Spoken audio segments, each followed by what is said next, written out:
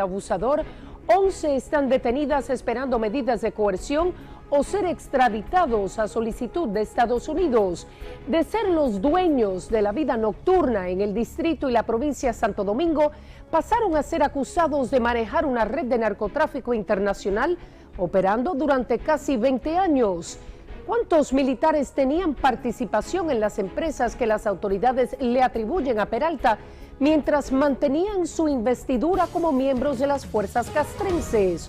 ¿Cómo llegaron 2 expeloteros a ser señalados y cómo se defienden? ¿Y por qué se convirtió en el rey de la impunidad de este hombre que manejaba tanto dinero sin aparentemente tener nada a su nombre aquí en el país? 28 rostros y más de 40 allanamientos sorprendieron al país. Requisas que se dieron hasta este fin de semana. Una segunda inspección el sábado en un apartamento atribuido a César Emilio Peralta, más conocido como el abusador.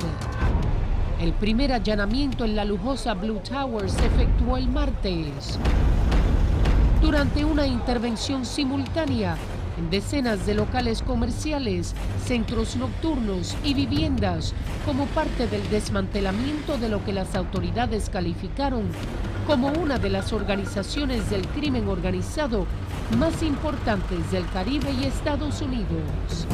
Hasta el edificio donde reside la madre del ahora prófugo de la justicia permanecía vigilado por agentes de la DNCD este fin de semana. Por más de 2 décadas, este peligroso individuo ha estado involucrado en el negocio de las drogas en nuestro país y Estados Unidos. Pero a todas luces parecía invisible para las autoridades. Su gran error parece haber sido el acudir a la clínica la noche en que David Ortiz fue baleado el 9 de junio y luego ser señalado en las redes en su momento como responsable del crimen. Es en ese entonces cuando inician las conjeturas. Procurador, queremos saber de César porque lo hemos vinculado al caso de David Ortiz y no sabemos cuál es su participación real. Aunque el procurador guardó silencio ante la pregunta durante la rueda de prensa del pasado martes, se han convertido en millonarios de la noche a la mañana. Es en junio que también salen a flote grabaciones como esta, publicadas en Estados Unidos, un mes antes del caso del astro de béisbol. Ese hombre se llama el rey de la cocaína en República, así le dicen en los barrios. Ya en 2007 la prensa nacional reseñaba la captura de Peralta y le atribuía ser el jefe de una banda que el 10 de octubre de ese mismo año recogió un cargamento de cocaína bombardeado desde una avioneta a un cañaveral del Batey Cuchilla, entre Higüey y La Romana. 7 años antes, en marzo de 2000, dice la publicación, Peralta fue arrestado por un caso de más de 4 kilos de cocaína ocupados en Alma Rosa, donde residía. De esos 2 casos, Peralta logró zafarse sin explicación alguna, dijo en ese momento el entonces director de la DNCD, Rafael Ramírez Ferreira. Iniciándose como miembro de las organizaciones criminales de conocidos narcotraficantes del pasado, como Rolando Florian Félix, Pascual Cordero Martínez, alias El Chino, Manuel Mesa Beltrés, alias El Gringo, y Quirino Ernesto Paulino Castillo, entre otros. El denominado César el Abusador aprendió de estos reconocidos capos, logrando ascender entre los rangos hasta ocupar el vacío dejado por ellos. Desde un principio se le estaba vinculando con situaciones, pero el Estado no hacía lo que tenía que hacer. En 2001, Peralta fue sometido por un cargamento de 12 kilos de cocaína junto a Juan y Bernie Florian Félix y Joel Félix Cuevas, los primeros hermanos y el tercero sobrino del fallecido narco Rolando Florian Félix. Y en 2008, otro cargamento. Llegaron a territorio dominicano 1,000 y tantos kilos de cocaína. El abogado Jorge de los Santos de Baní representó en ese caso al ahora señalado como cabecilla de la recién desmantelada red de narcotráfico. Se autorizó el traslado de 400, posteriormente 400 kilos más.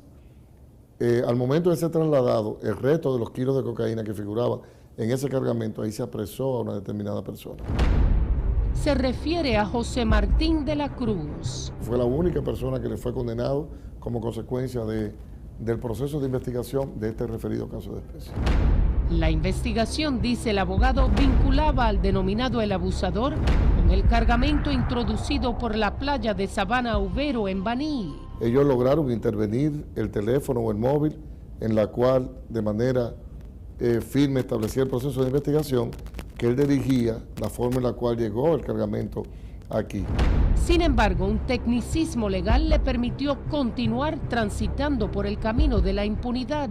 Cuando llega el cargamento a territorio dominicano, ya lamentablemente había pasado el plazo otorgado en la resolución que establecía 30 días para la intervención de la misma. Eso le obligó al magistrado juez presidente del juzgado de la instrucción expedir un no al lugar a la persecución criminal. El único elemento de prueba que podía sostener este expediente estaba totalmente viciado, era nulo, no podía eso utilizarse porque lamentablemente la resolución al momento de su intervención ya carecía del nivel de la validez. 11 años más tarde, el 16 de julio de este año, o sea, hace 6 semanas, la Procuraduría fue apoderada de una solicitud de asistencia jurídica internacional para su extradición. Esto luego de contar con una acusación en Puerto Rico con fecha de noviembre de 2018 y otra en Florida en abril de este año. Desde hace 4 o 5 años se le estaba dando seguimiento a este caso. No obstante, en esos 5 años, el Ministerio Público apenas solicitó 3 intercepciones telefónicas registradas en el documento de medida de coerción de los implicados. Una en septiembre del año pasado a 2 números, una segunda en enero de este año a otros 5 móviles y la tercera había sido en septiembre de 2016, o sea, ninguna actividad de esta índole en 2 años. Conocido por patrocinar fastuosas fiestas, también sabía cómo terminarlas. En 2017 protagonizó una pelea durante un concierto del bachatero Anthony Santos en Samaná. No valió que el cantante le llamara por su nombre para que desistiera del pleito. De ser los dueños de la noche, Peralta y otros 4 nombrados como cabecillas pasaron a ser extraditables. Utilizaban a la República Dominicana como el puente para el tránsito e ingreso ilícito de drogas a los Estados Unidos provenientes de América del Sur. Junto a Peralta, el procurador señalaba a Baltasar Mesa, José Jesús Tapia Pérez, Sergio Gómez Díaz y Jeffrey del Rosario Gautier, hijo de Toño Leña. Ninguno de estos 4 supuestos cabecillas fue nombrado en la lista de 9 dominicanos que el Departamento del Tesoro de Estados Unidos dijo formaban parte de la estructura del abusador. Que la tramitación de la solicitud de extradición de estos primeros 5 individuos forma parte de las acciones coordinadas entre el Ministerio Público y las autoridades norteamericanas. ¿Qué vínculo tiene usted con César? Nunca lo he visto ni lo conozco. No sé de qué estoy acusado. Pues, no conozco a nadie. No conozco a nadie. Yo no sé ni quién es César, no sé quién es nadie. Pachuca, dime, brother. Cuando sepa por qué se me acusa, me voy. Como parte de la estructura que el Ministerio Público dice hasta la semana pasada controlaba el mercado del entretenimiento y las drogas, señalaron a otras 17 personas. Los primeros en ser mencionados, los ex peloteros Octavio Dotel y Luis Castillo. Dotel arrestado el mismo martes en horas de la mañana. Soy inocente, coñazo. Yo me gano mi cuarto limpio. Maldito cuarto me lo he ganado limpio.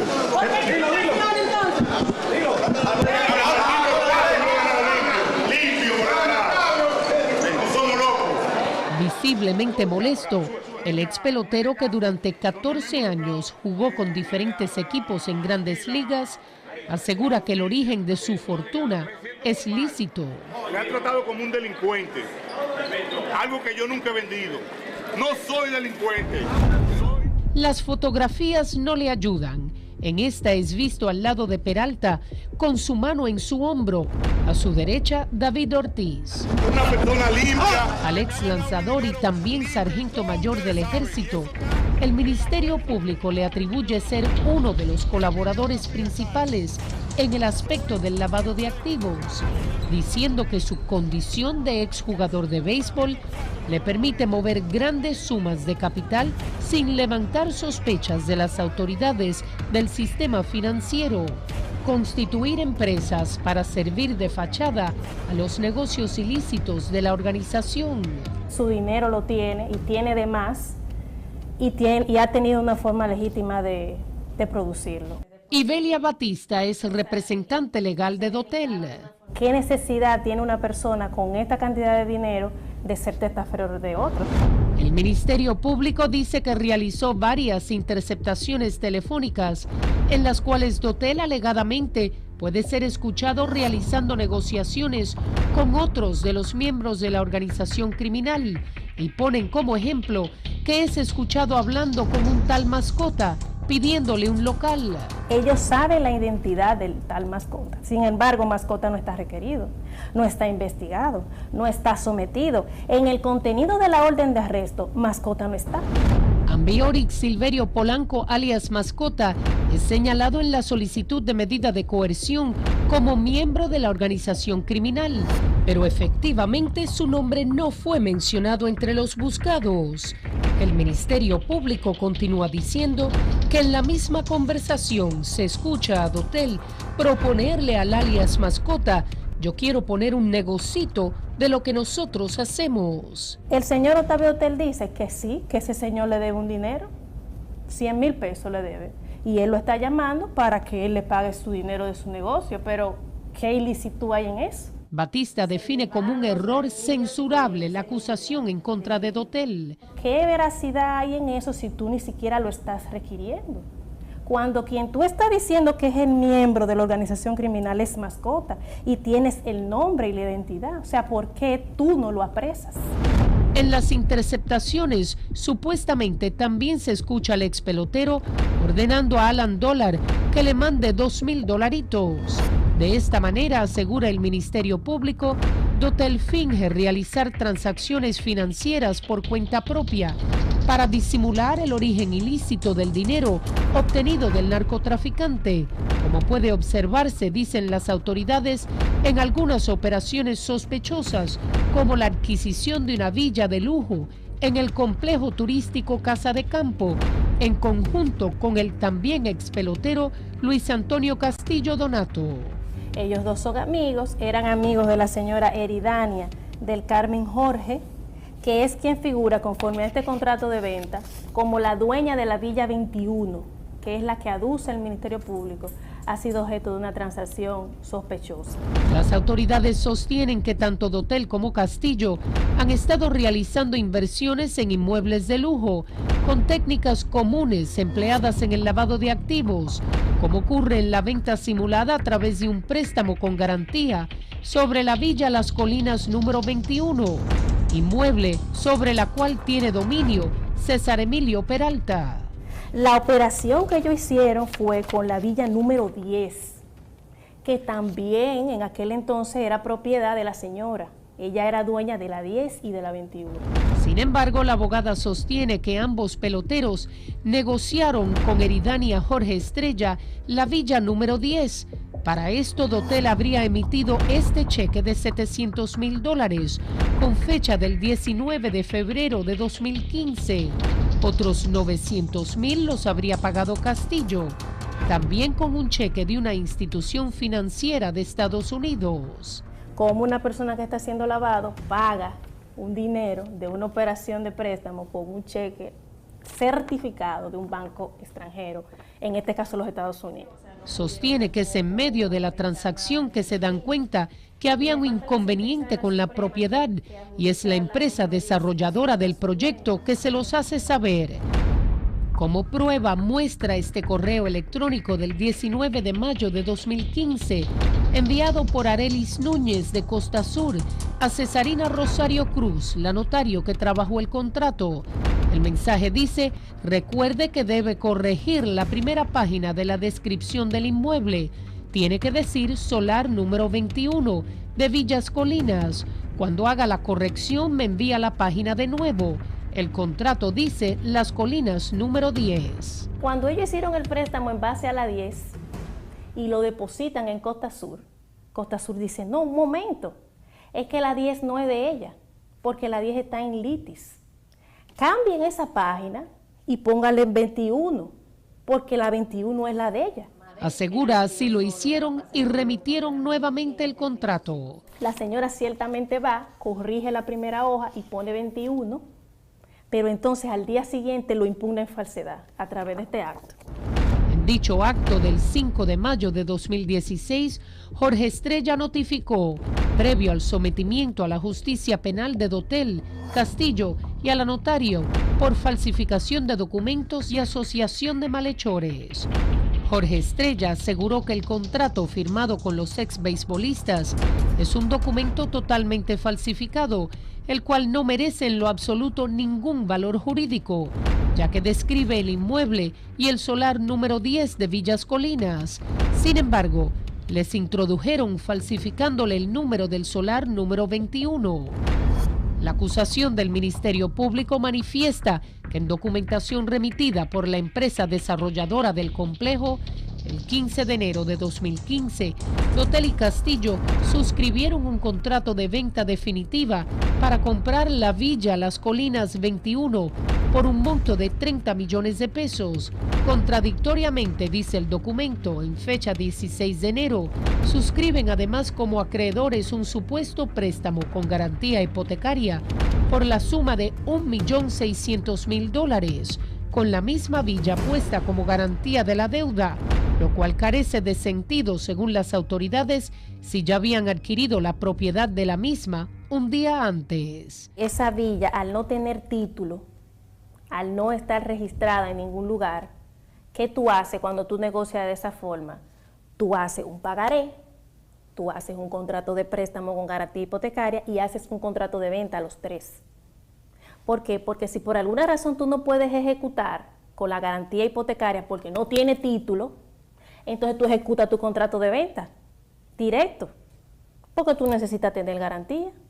Si esa propiedad no tiene título, ¿qué es lo que está pasando? Tras enfrentarse en los tribunales con Jorge, ambos atletas alegadamente se encuentran con las manos vacías. La villa 10, que luego fue adjudicada a un tercero, era parte de una litis que la señora no informó a sus acreedores, y al final los señores Dotel y Castillo se quedaron con el dinero, como dicen abajo, porque la señora ni les pagó y al final la Villa 10 fue adjudicada a un tercero. El más fotografiado con un sinnúmero de artistas urbanos por supuestamente fungir como seguridad de estos, incluyendo también a David Ortiz, es Natanael, sino por el Departamento del Tesoro de Estados Unidos. El 25 de marzo de 2001 ingresó al Ejército de la República Dominicana, donde ya para 2009 era sargento con la especialidad en mecánica. En octubre de 2015 fue dado de baja por mala conducta. Para ingresar y lavar el dinero ilícito obtenido del tráfico de drogas, el denominado César el Abusador también creó un complicado entramado societario para disfrazar el origen de su fortuna, utilizando además numerosos individuos pertenecientes a su círculo familiar y social para ocultar sus bienes. Uno de los centros nocturnos más conocidos era la Quora, que está entre las empresas señaladas por las autoridades norteamericanas como propiedad del abusador, también allanada, y que permanece bajo custodia de agentes de la DNCD. Si ya el Vox Populi sabe que una persona es propietario de medio mundo y usted busca en los registros donde usted tiene que registrar una compañía para poder desenvolverse en el mundo comercial y empresarial, y usted no encuentra ninguna compañía registrada a su nombre, ya usted tiene que despertar una alerta. Desde julio de 2016, dicha empresa figura registrada a nombre de Lidio Peña Mota y Pablo Antonio Polanco Mateo. Peñamota es empleado del Consejo Dominicano de Pesca y Acuicultura desde 2008, donde recibe un salario mensual de más de 24,000 pesos, mientras que Polanco Mateo figura en la nómina del Ejército desde 2012, donde es primer teniente, asignado a la seguridad de la empresa de generación hidroeléctrica dominicana con 18,000 pesos. Otro militar es Yader Rafael Jaques Araujo, conocido como Jaque Mate, quien el Departamento del Tesoro señala como responsable de la promoción de eventos en las discotecas. Hace 15 años ingresó a la Fuerza Aérea, a donde llegó a alcanzar el rango de sargento mayor. Fue dado de baja por mala conducta en enero del año pasado. El cuarto militar asociado es Carlos Ariel Fernández Concepción, quien en 2010 fue acusado por la DNCD de pertenecer a una red vinculada al narcotráfico. Es de la Dirección de Migración que sale, a donde estaba asignado sin funciones y llevado al J2 para enfrentar las acusaciones. Nunca fue sometido a la justicia. En el momento en que ese ciudadano fue investigado, nosotros éramos Ministerio Público. El ex fiscal Fabián Melo trabajó en el caso Figueroa Agosto, por el que Fernández Concepción fue investigado. En ese momento, él fue investigado en un ámbito de esas investigaciones que se hacen a nivel interno, militar, para tratar de determinar si tenía algún vínculo con el entorno de José David Figueroa Agosto. Una comisión de la que Melo inicialmente fue parte indagó sobre las acusaciones contra el entonces coronel. Pero el desarrollo de la investigación a mí no me vinculó. Por eso cuando al final ellos determinan que hay unos 16 militares que tienen vínculo con Figueroa Agosto, yo leí la denuncia que se hizo, que creo que fue el consultor jurídico de la DNCD que la instrumentó, y para mí no tenía la suficiente sustancialidad para yo asumirla, porque para mí lo que constituye un caso es lo que usted puede atribuirle a una conducta, una prueba, y que eso pueda ser demostrado y probado. La única sanción que recibió fue la expulsión de las filas. La DNCD hizo una denuncia que la firmó el consultor jurídico de ese momento y la depositó en fiscalía, pero eso no tuvo mayor relevancia. Ahora, 9 años más tarde, su nombre vuelve a relucir, esta vez vinculado al hombre que algunos ya califican como el más grande narcotraficante del país, que ha logrado burlarse de las autoridades durante 20 años.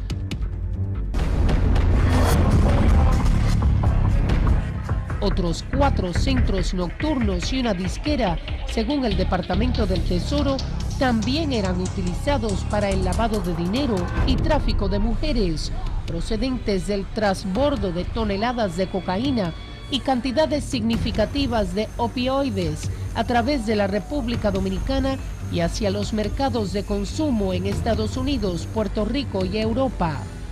Como socio gerente de VIP Room, registrada bajo su plinca, figura Rafael Reyes, uno de los 17 buscados por el Ministerio Público. Se trata de una sociedad constituida en marzo de 2016 por Castor Augusto Richardson Ovalles, Nelson Gabriel Fermín Amarante, el serbio Igor Sutakovic y Reyes. Ya para abril de 2017 traspasan las acciones a Heriberto de la Cruz Pérez y Reyes, pero ese no es el único negocio donde de la Cruz Pérez, un mecánico de Villas Agrícolas, figura como socio. También aparece en Flow Gallery Lounge, constituida un año antes, en abril de 2016. En el negocio de la diversión, entiéndase discoteca, en el negocio de los dealers y todo ese tipo de cosas, siempre se da ese tipo de situación. ¿Por qué? Porque el Estado no tiene una política de dar seguimiento a los volúmenes de dinero que se mueven en ese mundo comercial. Fabián Melo fue fiscal adjunto en el Distrito Nacional y trabajó el caso de Figueroa Agosto. Cuando una persona está moviendo grandes volúmenes de dinero y el órgano persecutor no tiene información de que esa persona tiene una labor empresarial normal, eso levanta una alerta a ese órgano persecutor. Un tercer negocio vinculado a la red, Aqua Club, registrado como Unlimited Dance Discoteca, también tiene entre sus accionistas a De la Cruz Pérez.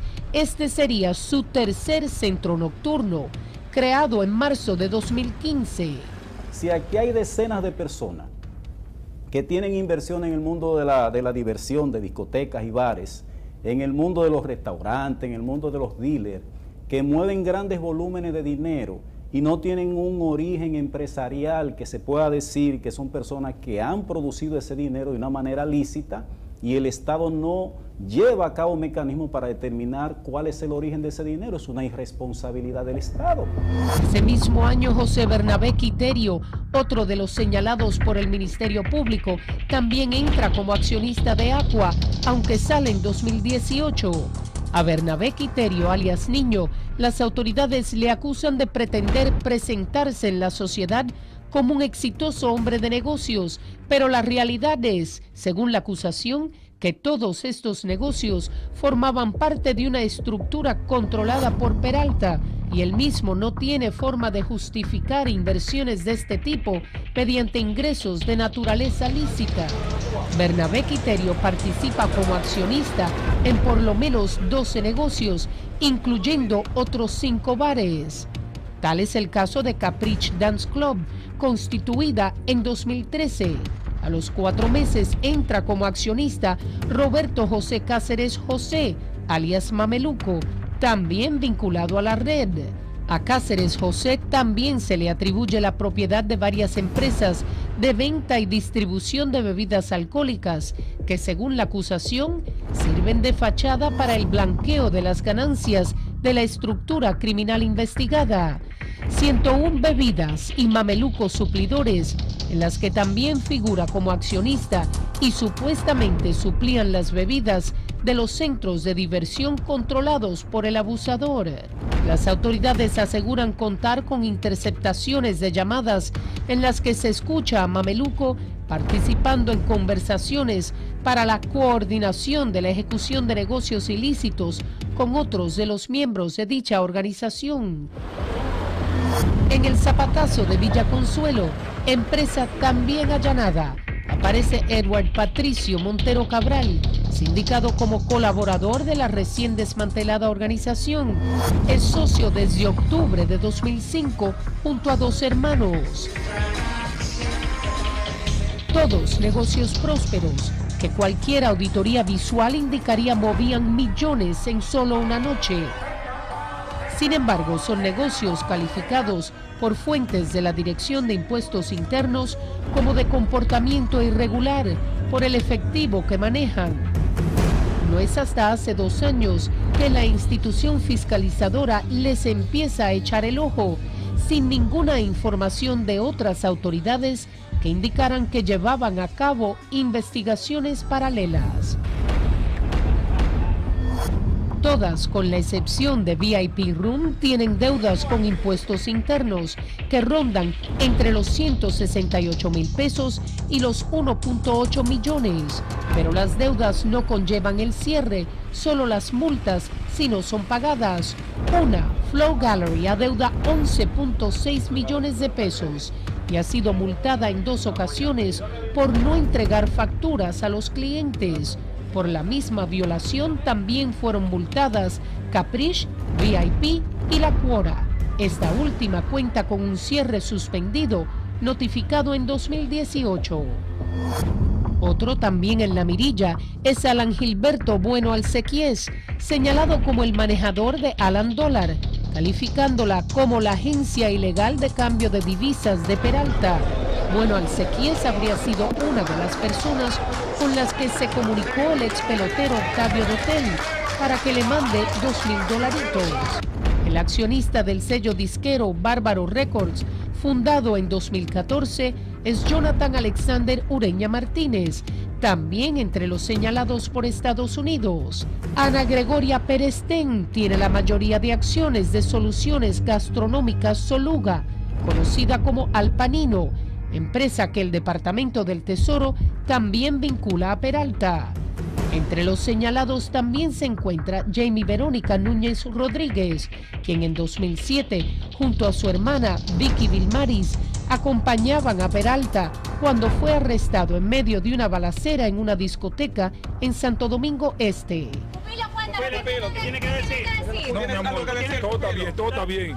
Este pasado viernes fue detenido Manuel Sánchez Pérez, conocido como el Pupilo, de quien las autoridades dicen es otro de los miembros de la red. Pero no me pasó nada. También es visto en la foto grupal con Peralta. Otro nombrado, Rodolfo Cedeño Ureña, y el que pudiera llamarse el hombre de los números, Obispo Félix Lorenzo, alias Manuel, sindicado como la persona que dirige, coordina, administra y controla la parte financiera de los miembros de la organización, contribuyendo a mantener los registros contables y maquillar los estados financieros de las empresas en procura de evitar que se descubra el esquema de lavado de activos utilizando sus conocimientos de contabilidad. Estados Unidos también vincula a Antonio del Rosario Puente, Toño Leña, quien fue extraditado y cumplió condena en Estados Unidos por sus vínculos con la red que dirigía José David Figueroa Agosto. Fue repatriado en 2015 y reapresado en Colombia 3 años más tarde. Otro de los viejos conocidos sancionados por el Departamento del Tesoro es Kelvin Enrique Fernández Flaquer, quien en diciembre de 2009 fue arrestado ocupándosele más de $472,000, supuestamente provenientes del lavado de activos. Por este hecho fue condenado a 3 años de prisión. En 2015 fue acusado del secuestro del dominico español Antonio Juan Farías y en 2016 fue tiroteado junto a su esposa e hija mientras se transportaban en un vehículo en el sector Vista Chabón de Casa de Campo. También han sido sancionados con la ley Kingpin de Estados Unidos Bernardo Antonio Valdés García, alias Papi Cris, y Boanerges Sánchez Nolasco, quien en 2003 recibió un indulto del entonces presidente Hipólito Mejía, mientras cumplía una condena de 7 años por tráfico de cocaína en Monte Plata. Del grupo de extraditables que acudió a la Suprema para audiencia de extradición el viernes, solo falta Peralta.